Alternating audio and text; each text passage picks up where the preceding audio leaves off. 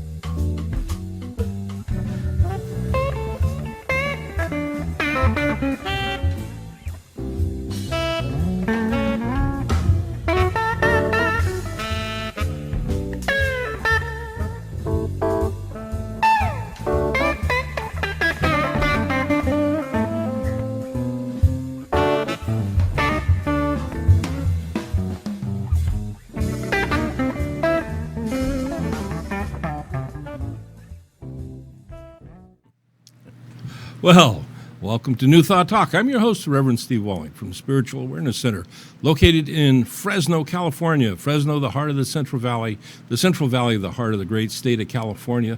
There is a lot of heart going on here in this place and in this time. So I'm glad you're with us today. I hope you started your day by claiming the good that was gifted to you in potential this day as you begin to awaken, to express your livingness in this day. You know, it's an amazing thing that when we make a declaration before we even open our eyes to the goodness of the day, the greatness of the day, gratitude for the gift of the day, knowing that we are essentially the masters of our fate, the captain of our ship. And no matter what life brings at us, and life may come at us at the speed of light, but today, this day, it's my gift. I own it. I have everything I need to meet this day in a greater, more positive, expressing a greater degree of livingness, experiencing a greater degree of goodness no matter what life brings. And at the end of the day, at the end of each and every day, I pause, reflect upon the day, the gifts that the day brought, and I give thanks for the day. I give thanks for the gifts, and I give thanks for the coming morning. And when we do this, when we get in the habit of doing this each and every day, we set up our experience and our expectation. And life has a way of meeting our expectations when we make that declaration. But it's up to us. It's something that no one else can do for us. You know, we have been told, essentially, that in order for us to be happy, to experience a greater degree of goodness and livingness in our life, somehow, some way, the outside has to provide it for us. And that's a fallacy. The day, this gift, is generated from within ourselves, is created there. And our ability to make contact with the energy within us, what we call divine principle, Christ within, God within, life, that one mind, however you want to relate to it. And it's important that we do relate to it. And as we do, it responds. And it always responds. And that's one of the incredible things, and also one of the oftentimes more difficult things for someone that comes to a new thought philosophy, in particular science of mind and spirit, religious science, to really wrap their minds around, because they have defined themselves as an individual that is separate from and subject to whatever's going on in the outside world. But it's not that way. One, we're not separate, and we've spent the last couple of weeks going through the art of life, or this thing called life, and you can go back and you can review. I think we started in June, I'm not sure, but it's there on the Facebook page and it's on our YouTube page. But we own our day, and when we recognize that we own it, and we take control of that which we own, good things happen. But they happen only at the level of our belief and expectation. So, you know, we like I say, we just finished up going through this thing called life. I wasn't sure exactly what I wanted to cover today, talk about today, but I decided to kind of just address our individual relationship with this thing that we call spirit. And spirit is one of the ways that we do refer to the divine. It's that non-tangible but everywhere present knowingness, power, energy, life, mind, consciousness.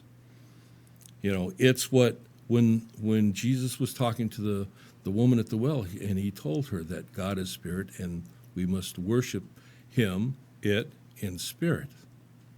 That he redefined for the individuals at that time the whole concept of what God is or was, because there was still a belief that God was some kind of a anthropomorphic being, you know, the big guy, the beard, sat on the throne, walked through the garden, did all that stuff. But Jesus totally redefined that. He said God is spirit, and we must worship God in spirit, as spirit, that the kingdom of heaven can be found within, that I and my Father are one, and he wasn't being exclusive in that statement. We are all part of that sonship, daughtership, if you will, of the divine spirit. What a concept, that we're not alone. And really we're really not alone, that God is with us always, that no matter what life brings to us, God is there. And if God is there, and God is infinite, all-knowing, all-power, then no matter what life brings at us, no matter how big of an obstacle we may think we're facing, if we don't believe that it's bigger than God, if we believe that we do have a bigger God, then things unfold in a very, I'll put it in a very interesting sort of way, but we will be able to transcend, move beyond, overcome, get around, defeat, whatever it takes to remove that obstacle from our life, our day-to-day life experience. And it's interesting because for so long, in the doingness of that, people define that as struggling in life. But life's not a struggle. Let me rephrase that. We do have to overcome. We do have to strive. We do have to, and you can use the word struggle, but use it in a positive sense, not in a sense of woe or a concept of suffering. But we struggle, just like when we go to the gym, we struggle to lift that weight at the very end. It's not about the first, easy reps that you do in a gym. It's about those last several reps or set of reps where you have to struggle, you have to move forward, you have to strive. That's where the growth takes place. That's where the buildup of the individual takes place. And it's the same in life, even beyond the physical, but in the mental and spiritual. So as we do overcome, we grow in strength. We want to have things to strive for because that's how we stretch ourselves and stress ourselves, and we want to overcome. And it's in that process, psychologists have made a very interesting statement a long time ago, but it's as true today as it was then, that we are our happiest in the heat, if you will, in the action of striving for and overcoming. We get to the end point, the victory, the expression, the demonstration, and we pat ourselves on the back. We celebrate that, but as soon as we do, we're looking on to that next thing. And people say, well, we can never be satisfied. We're not supposed to be satisfied. We're supposed to always want to move on to the next thing. And as we do, we increase our degree of livingness. We increase the adventure. We increase our ability to celebrate. We increase our ability to express a greater good in our life, and in so doing, we express a greater good in life in general. That's why we're here. And so, having said all that, I want to, because I didn't have anything particular planned for today, I want to go back to Judge Troward, Thomas Troward, the Dory lecture. And in the beginning of the Dory lecture, chapter 1, Troward writes, entering into the spirit of it, and he says, we all know the meaning of this phrase in our everyday life, entering into the spirit of something. The spirit is that which gives life and movement to anything. In fact, it is that which causes it to exist at all. The thought of the author, the impression of the painter, the feeling of the musician is that without which their works could never have come into being. Into the spirit of things. And that's what I'm talking about, in that struggle, if you will. If we approach that from a consciousness that we are in the spirit of achieving, in the spirit of overcoming, that the ally that we have is indefeatable and has an infinite resource to everything that we could need, want, and desire in that moment. If we're in that, and we can really, if you've practiced this, and musicians and artists and athletes and oftentimes just spiritual individuals that as they practice their spiritual practices, they get into it, and it's like a shift in consciousness. For runners, they call it the runner's high, but you don't have to be a runner to get to that place. Meditators get to that place. Artists get to that place. Authors, we can all do it. But we can't get there if we're waiting for someone else to do it for us. When we get into the spirit of things, that's when we've made that connection within ourselves. And I'm going to use the runner's high as an example because it's the easiest to explain.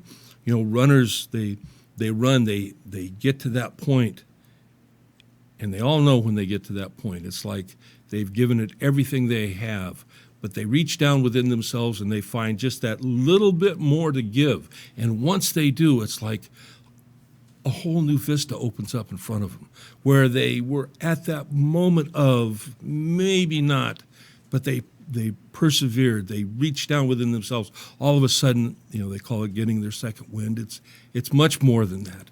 And like I say, for artists, for authors, for musicians, you know, you watch a musician, you know, sometimes the greatest music is created during jam sessions with musicians when they just allow themselves to be taken over by the music and they get into it. But that feeling is available to each and every one of us. And that is getting into the spirit of it. And we all can get into the spirit of it. And when we're talking about our spiritual expression in our life, getting into the spirit of it is absolutely incredible. We're going to take our first break, and I'll see you when we come back.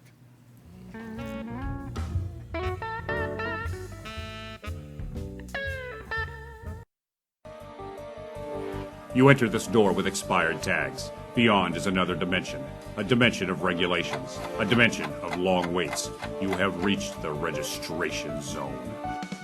What looks like an ordinary shop is actually Mitchell Smog, located in the heart of the Tower District, a few minutes from the DMV. Mitchell Smog offers your vehicle a STAR-certified smog inspection. So remember Mitchell Smog when you need to pass through the registration zone. When you need to get fit, contact Gary Torres, IFBB Pro, specializing in weight loss, body transformations, and contest prep. Email Gary Torres 5336 at yahoo.com.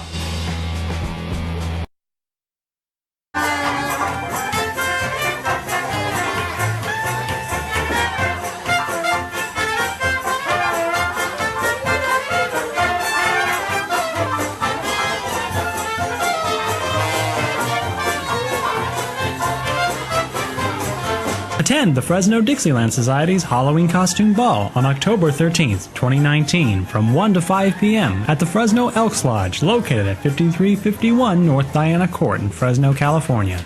Admission is $10 for Fresno Dixieland members and $15 for non-members. Arrive at 12:30 for a dance lesson with Chris and Veronica. Call John for more info at 559-779-2484 or visit FresnoDixie.com.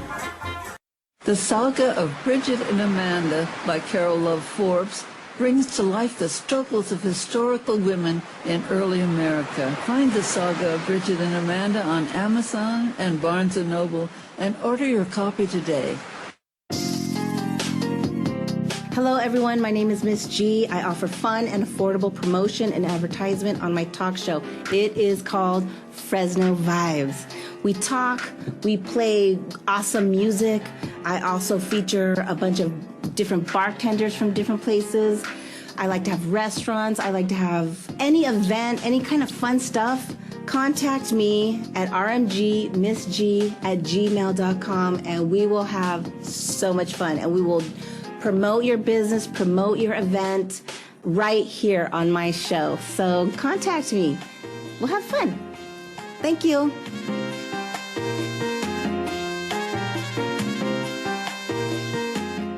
Hey, I'm Chris DeVold. Tune in every Friday night on CentralValleyTalk.com when I bring you Sex, Drugs, Chris DeVold, where I'll give you 3 guesses on what we talk about. And I also vow to bring you 1 live local music act a week. So tune in every week because you never know what kind of music you're going to hear right here on CentralValleyTalk.com. A dynamic litigator, in-tune listener, and forward thinker with almost a decade of experience, Nasser Nekomanish is a skilled attorney servicing clients throughout the Central Valley. When you need a lawyer, call 559-441-0114 and ask for Nasser Nekomanish. Today, we bring you the first part of our global broadcast exclusive conversation. The streets of Tahrir have once again been filled. Key issues here at the United Nations Climate Change Conference remain unresolved. Police are saying the protesters to move further and further away. I'm Amy Goodman. And I'm Juan Gonzalez. And those are some of the headlines. This is Democracy Now!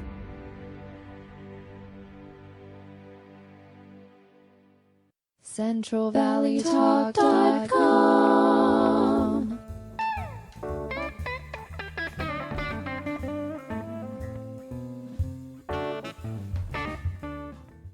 Welcome back to New Thought Talk. I'm your host, Reverend Steve Walling from the Spiritual Awareness Center. So, talking about getting into the spirit of it, and Troward, when he talks about it, he says, and I want to catch this. He says, "Now then, if we cannot enter into the spirit of it," and he's talking about whether we're looking at a piece of art or whether we're in a book or whether, have you ever listened to a song that you just couldn't really relate to, and it rises to the level almost of just being irritating static. But when you get into a piece of music, no matter what kind of music it might be, because for each of us that's very individual, but you get into the spirit of the music, they say it touches your soul, and in effect that's what happens. So if we can't get into the spirit of it, he says, whether it be the book, the picture, the music, they are meaningless to us. To appreciate them, we must share the mental attitude of their creator. This is a universal principle. If we do not enter into the spirit of a thing, it is dead so far as we are concerned. But if we do enter into it and we reproduce it in ourselves at the same quality of life of the artist, the author, whatever, then that quality of life we experience in ourselves. That's what motivates artists and musicians to, oftentimes people think that, for a really a good musician, it's all about them, but really it's about the feedback they get from their audience. When they can perform at a level that their audience really kind of clues into it, gets hooked up in it, if you will, and they experience that as energetic feedback, they do incredible things. That's why when I talk about at the beginning of each show, I say, before you opened your eyes this morning, did you claim this day? In other words, are you getting into the spirit of living this for this day? For some older folks, and I'm not going to necessarily include myself in that, but for some older folks, you ask them about, how's your day going or how's your day been, and they'll tell you the pat response is, well, I woke up on the right side of the grass today, so it's a good day. But it's more than just that. When we wake up into life, it is a great day regardless of where we're at. This is one of the incredible things that we learned from Viktor Frankl, who had probably one of the most horrific experiences that anyone could live through World War II and living in the death camps.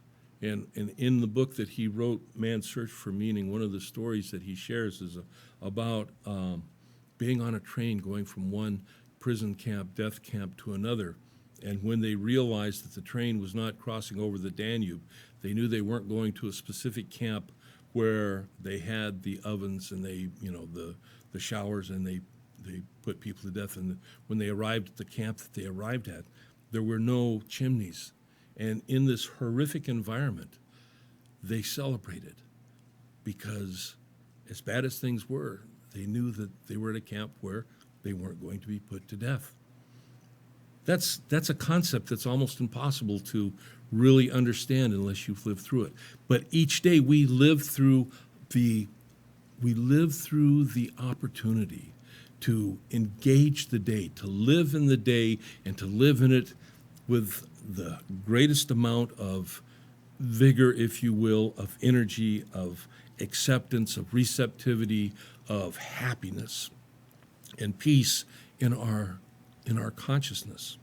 And it's important we understand that as we get into the day, that if we go to the outside, if we bring our judgment, we bring hatred, we bring, chaos from within us to the outside's going to give us chaos back. No one wants to live in chaos, and yet most of us create it for ourselves. Holmes called this living in bondage, and we weren't supposed to live in bondage. And so if you go in the textbook, what we call the textbook, which is The Science of Mind, chapter 6, which is man's relationship to the spiritual universe, and I've read this recently, but I'm going to read it again. He says, the world has learned all it should through suffering. The science of mind and spirit makes a tremendous claim when it states that the individual should be free from bondage of sickness, poverty, and unhappiness. Okay, he says the world is beginning to realize that it has learned all it should through suffering and pain, and yet he wrote this in 1938, and we all know historically what happened after that.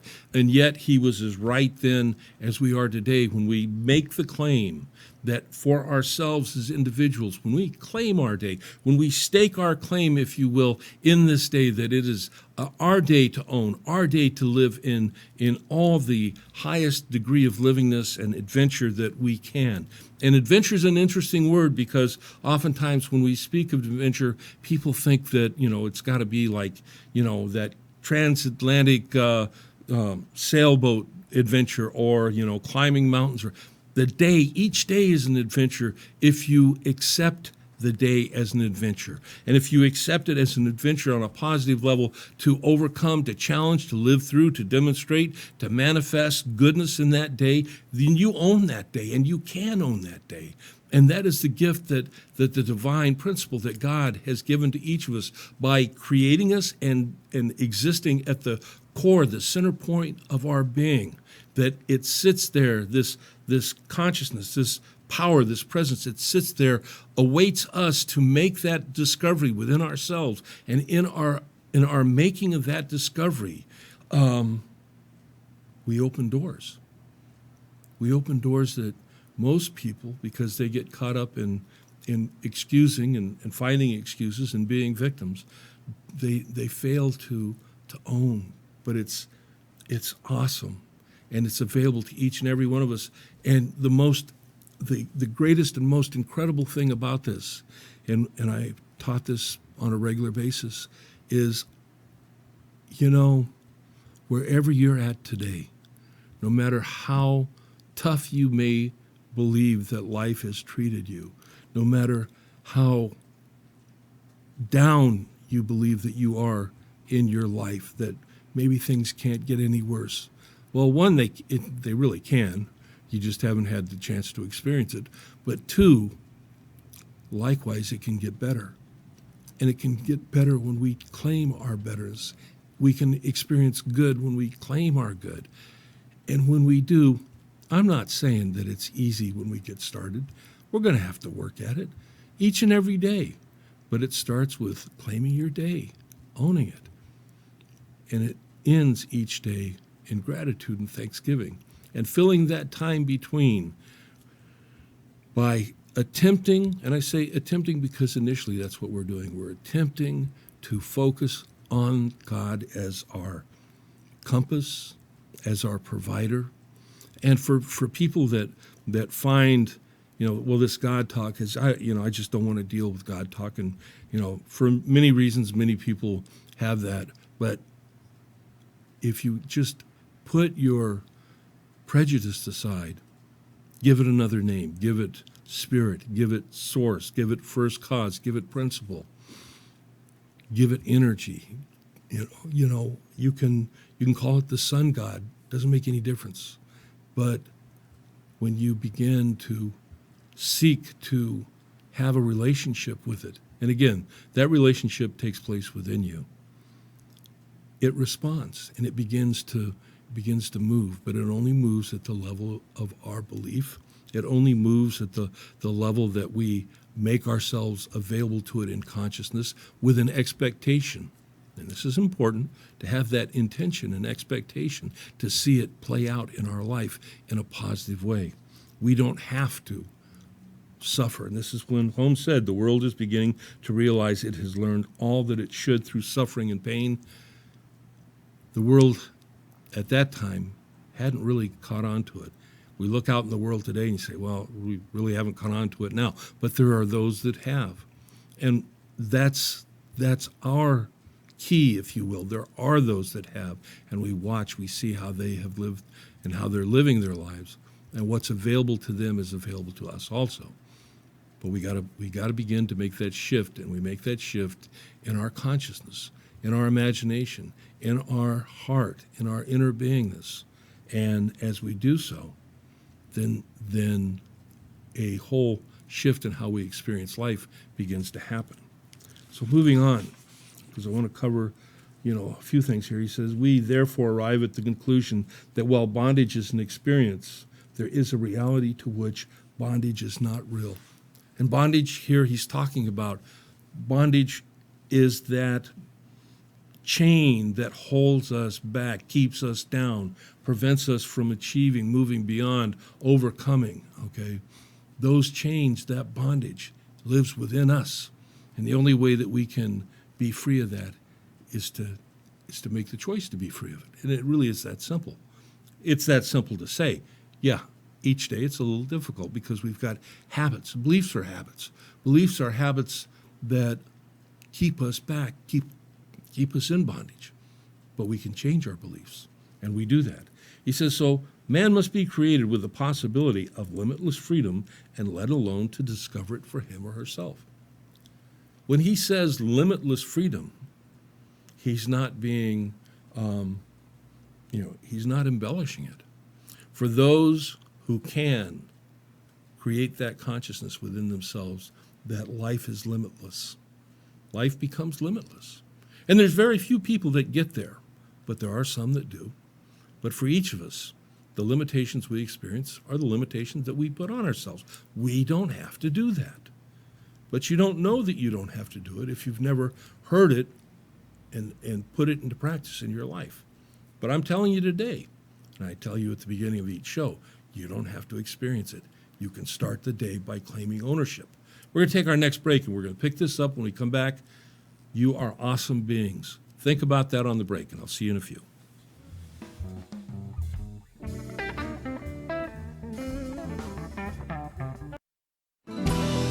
Are you thinking of selling your home? Since 2004, the Souza Group, brokered by eXp Realty, has specialized in premier property listings and sales located in the Clovis Unified and North Fresno markets. The Souza Group will do their best to exceed your expectations. Visit clovisunifiedhomes.com. If your home floods, who will you call? When your house springs a leak, it's time to call Clean Master Emergency Flood Service at 559-213-9430. Clean Master will be there in 60 minutes to start fixing your home. And Clean Master bills your insurance directly, saving you the hassle because you've got enough to worry about. Clean Master also offers carpet and upholstery cleaning, carpet repair, pet odor removal, and more. Remember, Clean Master Emergency Flood Service. 559-213-9430 and visit cleanmasterflood.com. Pour yourself a glass of Crybaby wine available at the market and Sam's Italian Deli. And remember to ask for Crybaby wine at your favorite restaurant.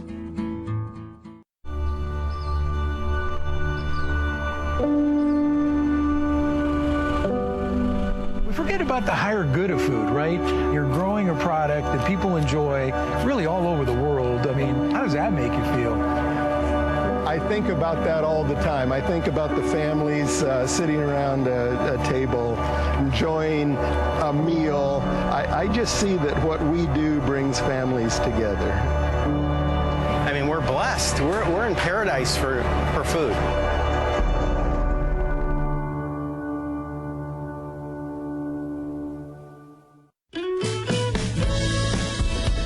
The Kern family of the Kern Family Farm invites you to eat delicious, nutritious, organic produce available at the Gnarly Carrot, located at 32954 Road 222 in North Park, California. The Gnarly Carrot is a local, natural, seasonally changing market offering a wide range of products from local Central Valley vendors. Get your caffeine fix, grab a smoothie, and support small businesses. Learn more at kernfamilyfarm.com and visit the Gnarly Carrot today.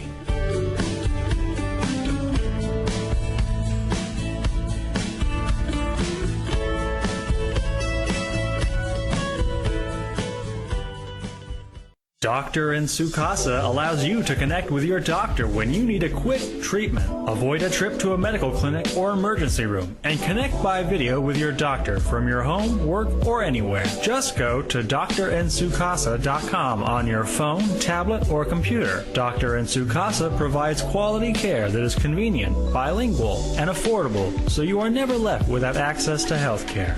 Visit drinsukasa.com today.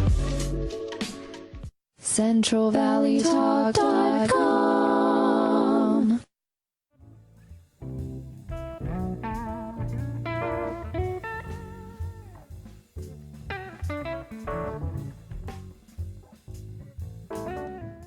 All right, welcome back to New Thought Talk. I am your host, Reverend Steve Walling, from the Spiritual Awareness Center located in Fresno, California. So, talking about the spirit of life, the spirit of livingness, and getting into that as an individual, making that choice. He said the spirit of a thing is that which is the source of its inherent movement. This is Judge Tord in the Dory Lectures. He says, and therefore, the question before us is, what is the nature of the primal moving power, which is at the back of the endless array of life which we see around us? And consider, when he talks about the endless array of life which we see around us, Judge Tord was not just talking about things that move or plant life, what we'd normally think of like plant, animal life, insect life. He's thinking of basically all of creation, because as he looked out into the world, and he looked out into the world from an understanding that was more of an Eastern philosophical viewpoint. And one of the quotes that he uses is that God sleeps in the rock, stirs in the grasses, dreams in the animals, and awakens in mankind.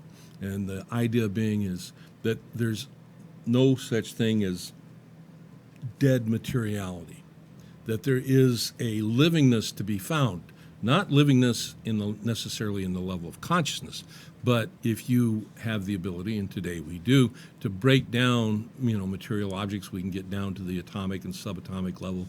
And when we get down there, there's a whole lot of activity going on, a whole lot of things. And a very interesting thing about that is that at that level, it seems, and it appears to be, that consciousness, like human consciousness, can influence things at that level. But that's a talk for another day.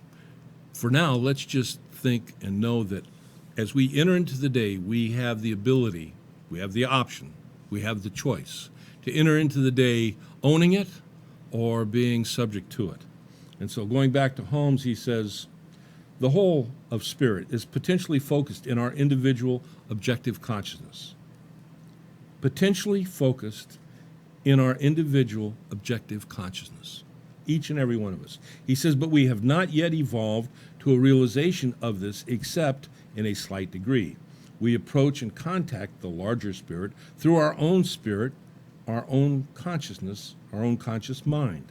The doorway to the absolute stands open at the center of our intuitive perception. We enter into the absolute through that which appears to be the finite, because the finite must be drawn from the infinite. Tord says, to the degree that we're in the relative material world, to that degree we're not in the absolute, the spiritual world.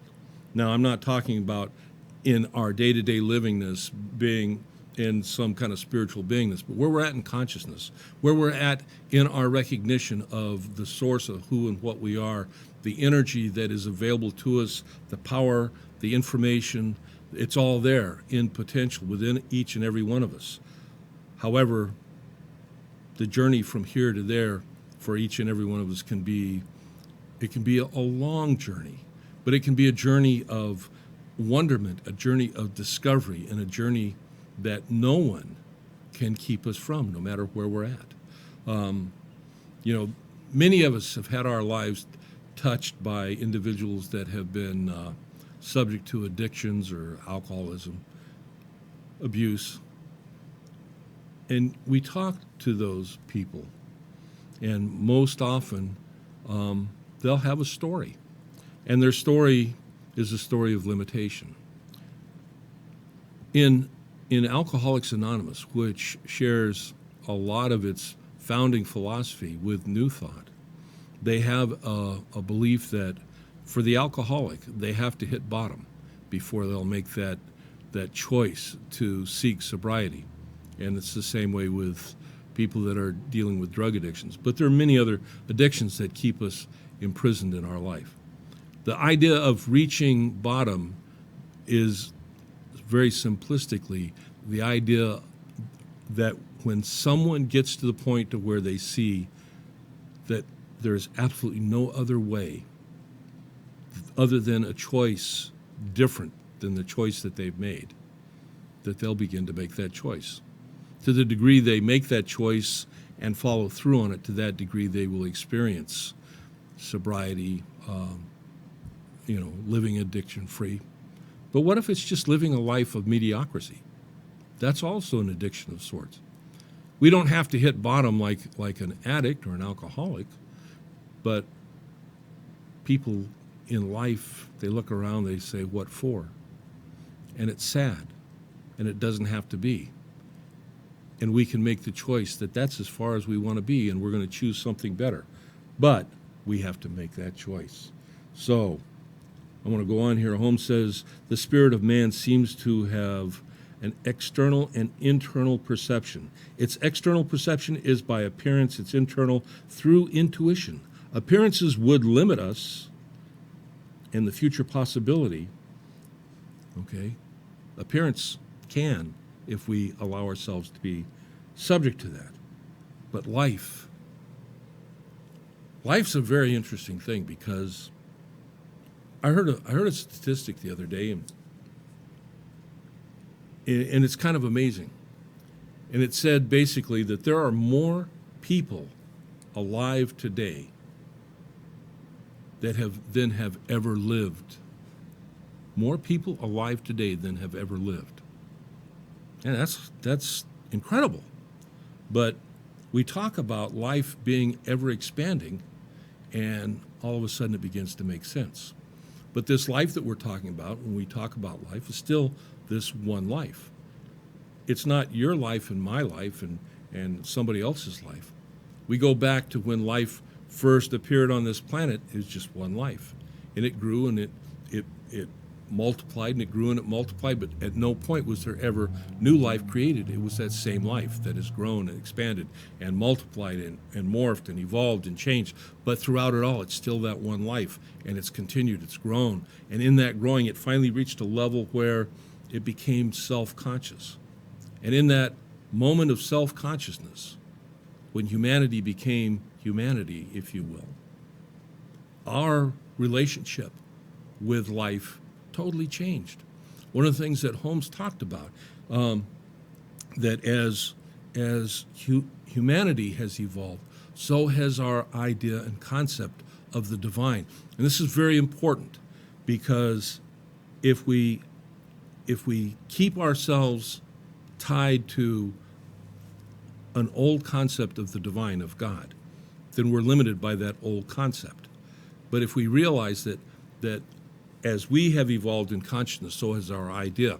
And the importance in that is because humanity doesn't have a full, if you will, fleshed out picture, understanding, definition of what we call the divine. We don't know what gravity is in its entirety. We have theories that talk about it, but what's its relationship to the allness of all?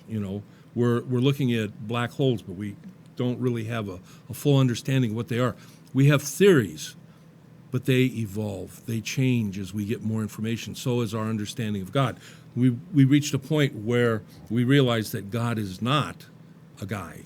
God is not an anthropomorphic being. That God is spirit, and when we talk about worshiping God in spirit, I'm not talking about making that trek Sunday to your house of worship, or on Saturday or on Friday, wherever it is, or however you do it. We're talking about when we speak of our idea of, we're talking about our relationship, recognition, understanding, and embodying that as our day-to-day experience and expression.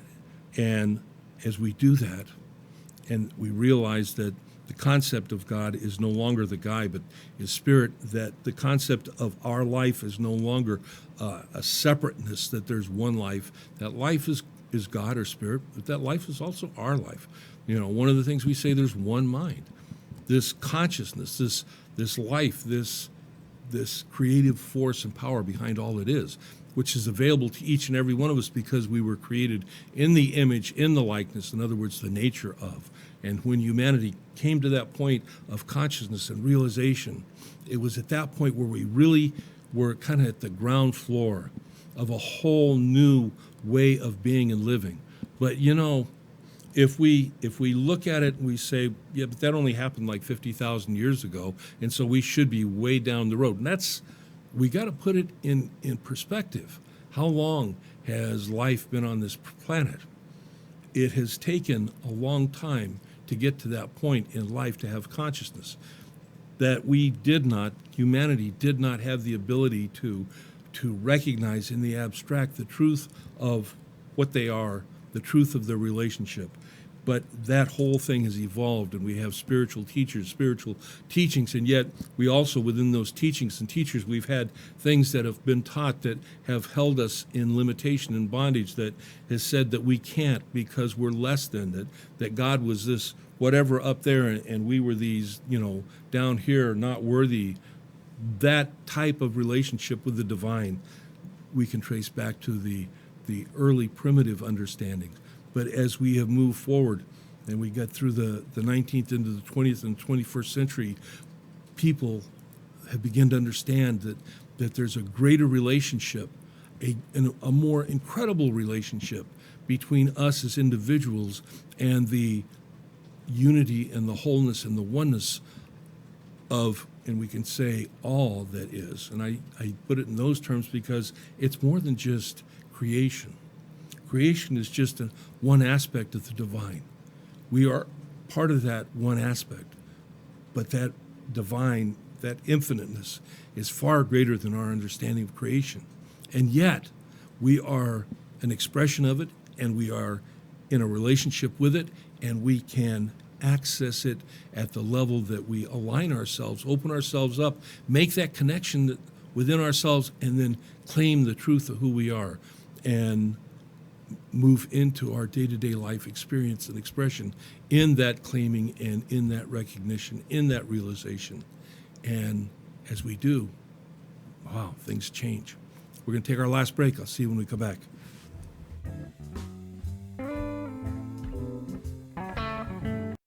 Hi everyone, I am Sparkle Sujin with the Everything Sparkle Show. Tune in every Thursday live at 4 p.m. You will see people that are motivational, inspirational, inspiring, and of course, entertaining. We have a great time. We learn things about how big celebrities are inspiring big names here in Fresno.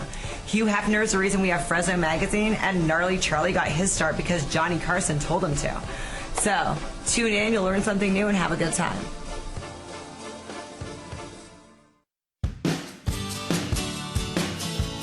Visit the beautiful city of Exeter and visit ExeterChamber.com. The Chamber's mission is to promote, support, and enable Exeter to prosper, creating a strong local economy, promoting community, and providing networking opportunities.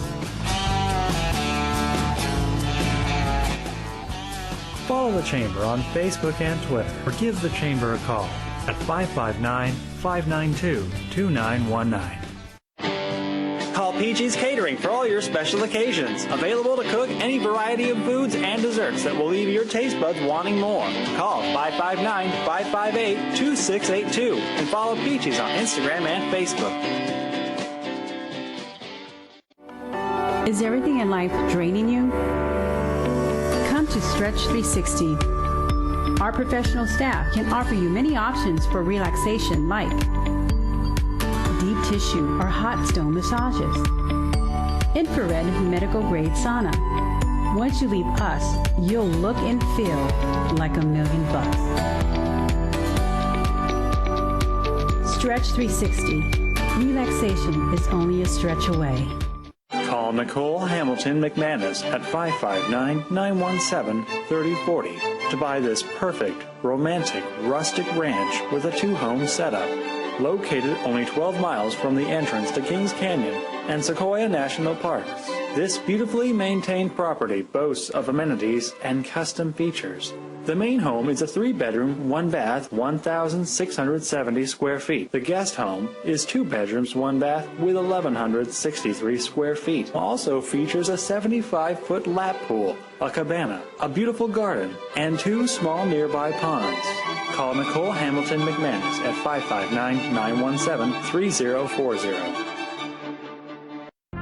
The Art of Becoming Who We Are in Christ by Jolene Kennedy is a book about the process of maturity as we find our true identity, since God's promises must be received, embraced, and activated within us. Get your copy today and check out JoleneKennedy.com.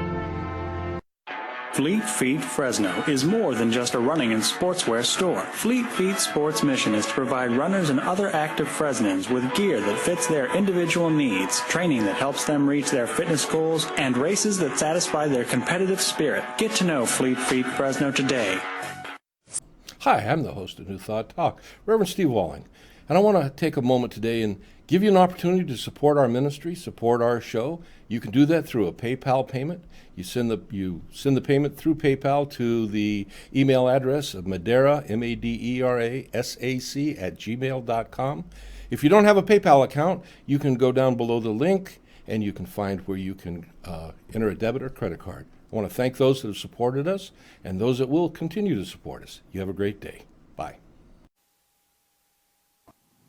This segment is brought to you by Mike Briggs Properties. The recession's over. It's now safe to sell your home. Call Mike Briggs Properties.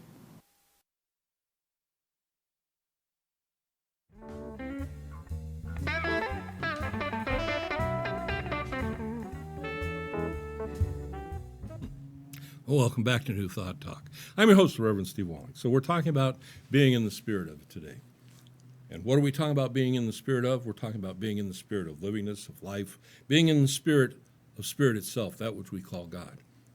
When we recognize that we can be in the spirit of, and that in so doing, we empower ourselves, we recognize the truth of our relationship with, that we can express that through, because it expresses through us, we can express that in our day-to-day, moment-to-moment life experience, that we can live our life at a higher, greater degree of livingness, which ultimately is our purpose for being here, if you will.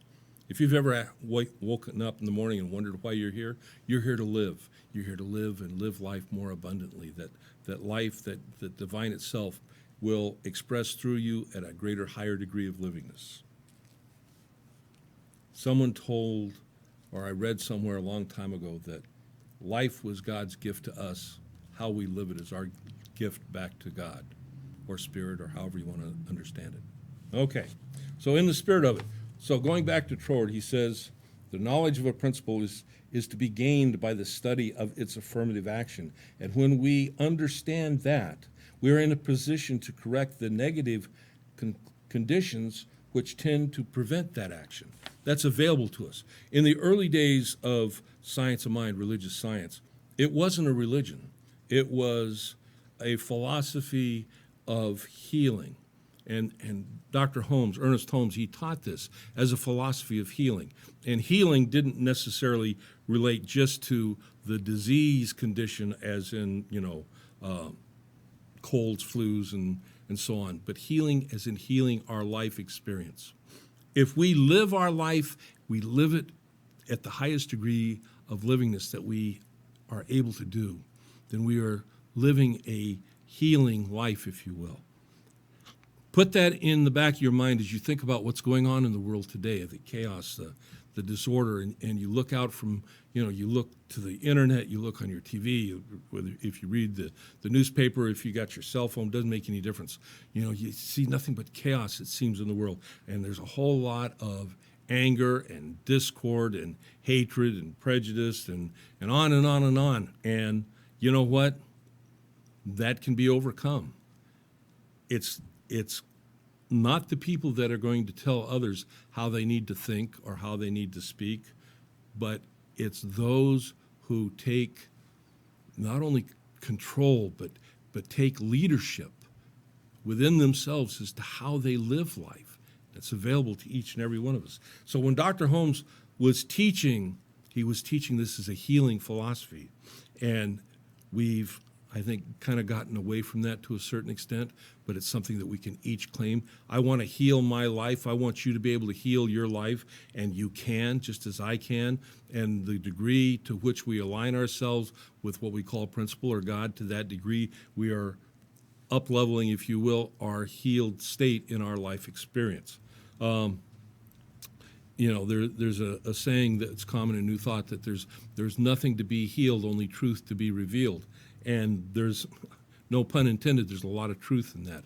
When we seek to reveal the truth of who we are, that we are not separate from, but we are an individualized aspect of the greater whole of the oneness, that we are part of and not apart from, and that in our recognition of that, in our realization of that, in thought and belief and in action, that we demonstrate in our life more beauty, more good, more abundance, more healedness, if you will, however you want to put that, but it's available to you. It's the potential that it sits at the doorway waiting for you to open that door. It waits on you, and it can't be found anywhere else but within you. So moving on, he says, this is Troard, he says, in proportion then as we learn to disassociate our conception of ourselves from particular circumstances and to rest upon our absolute nature as reflections of the divine ideal, we, in our turn, reflect back into the divine imagination its original conception of itself as expressed in generic or typical man. And so, by a natural law of cause and effect, the individual who realizes this mental attitude enters permanently into the spirit of life, and he has capitalized spirit and life. We're talking about the divine, we're talking about God, and he says, and it becomes a perennial fountain of life springing up spontaneously within him or her. You want to experience greater abundance, greater good, greater peace, greater happiness in your life, it's available to you. Claim it. Don't put yourself in a subject to relationship with life. Claim it today. Claim it in the morning before you open your eyes. As we seek to create a habit within ourselves of expressing our relationship with the divine, with the creative forces, the creative forces seek to express themselves at greater and higher degrees in our life expression. Going back to Ernest Holmes, he says, we should think of our spirit as being some part of universal spirit and of our minds as open to the divine influx. As any specific knowledge must come from the center of all knowledge, it follows that whenever and wherever the mind of man, humanity, individual, of woman, is open to the divine influx, it will receive instruction directly from the center and source of all. And all is capitalized. In other words, all of creation. Can you conceptualize that you have access to the infinite, if you will? Well, I don't think most any of us can, but to the degree that we can and do, to that degree it expresses in our life. I enjoy sharing this information because not only have I seen it expressed in my own life, but in the lives of those around me as they've done this. But I want to share that with you, that to the degree you choose to do this, to the degree that you choose to involve yourself as a causative factor in how you experience life, to that degree, you will experience life at a greater and higher degree of livingness. It's available to you. We were created in the nature, the likeness, the image. The consciousness that you experience as consciousness is the consciousness of the divine expressed, individualized through and as you. That's a concept. It's a concept that heretofore, and I say heretofore, till the latter part of the 19th and throughout the early parts of the 20th century, when New Thought was really beginning to come into its own. And the interesting thing is a lot of what New Thought was teaching that was so revolutionary at the beginning of the 20th century is now part of the everyday concept of life and livingness. But it made that transition from a spiritual philosophy into a philosophy of livingness that is not tied to a spiritual source. And as such, it's limited in how people can express it. When we talk about the power of positive thinking, nice idea, but how can there be power in positive thinking unless there's something that empowers our thinking that is positive, something that will express that positivity, and people haven't really caught on to that yet, that there is a source behind it. And what's so amazing to me today as I look out into the world was the idea and the concept that when Dr. Holmes wrote this book in 1938, that he had a belief that this new thought, this religious science of mind and spirit, teaching, philosophy, faith, way of living, would expand and grow at such a rate that it would be a world-changing, world-formative experience for the human race. And that kind of fell away. Humanity did what humanity does. We kind of fall back on ourselves. We fall back into older consciousness, if you will. But there is a new consciousness out there. And that consciousness is a realization that we change the world to the degree that we change ourselves. As we up-level, if you will, ourselves, we up-level the world around us. The new technologies, being able to make connections through social media has been both a blessing and a curse. And as long as we allow social media to control our thinking and our life to that degree, once again, we're subject to, we're in bondage of. But to the degree that we realize that we can reach out and we can seek to share an acceptance, an understanding, a consciousness of goodness, abundance of love through social media, that it can be a constructive tool for changing the world, not by telling people how they need to act or think or behave, but by sharing an ideal, an idea, and making it available. And when the time's right, the individuals will find it. But as we grow in consciousness within ourselves, we grow in consciousness of our community. As we grow in consciousness in our community, we also grow in the change that we make in the world around us and beyond. You can be a world-changing individual just by changing your life. I hope that you will. I challenge you to do it. There's a lot of tools and philosophy out there. Take this day, own it. From this point on through the rest of the day, end the day in thanksgiving, start tomorrow with an affirmation of recognition of the gift, the goodness that is available to you. So as you go through this week, it looks like I ran maybe a couple minutes over today, but we got started a couple minutes late, so it all kind of works out in the wash, I guess. I'll see you next week when we come back. Our videos are available on Facebook, on YouTube. There's a couple hundred of them out there. I welcome you to go through, to read. You can send me any questions. I like taking questions, answering them. Our email address is down below there. Reach out, touch. I'll answer you. You go through the week, make it a great week, and you can make your week a great week. So do it. And remember, as you go through the week, the light of God surrounds you, the love of God enfolds you, the power of God protects you, the presence of God watches over you. Truly, wherever you are, God is there. All is well. God is good, and I'll see you next week.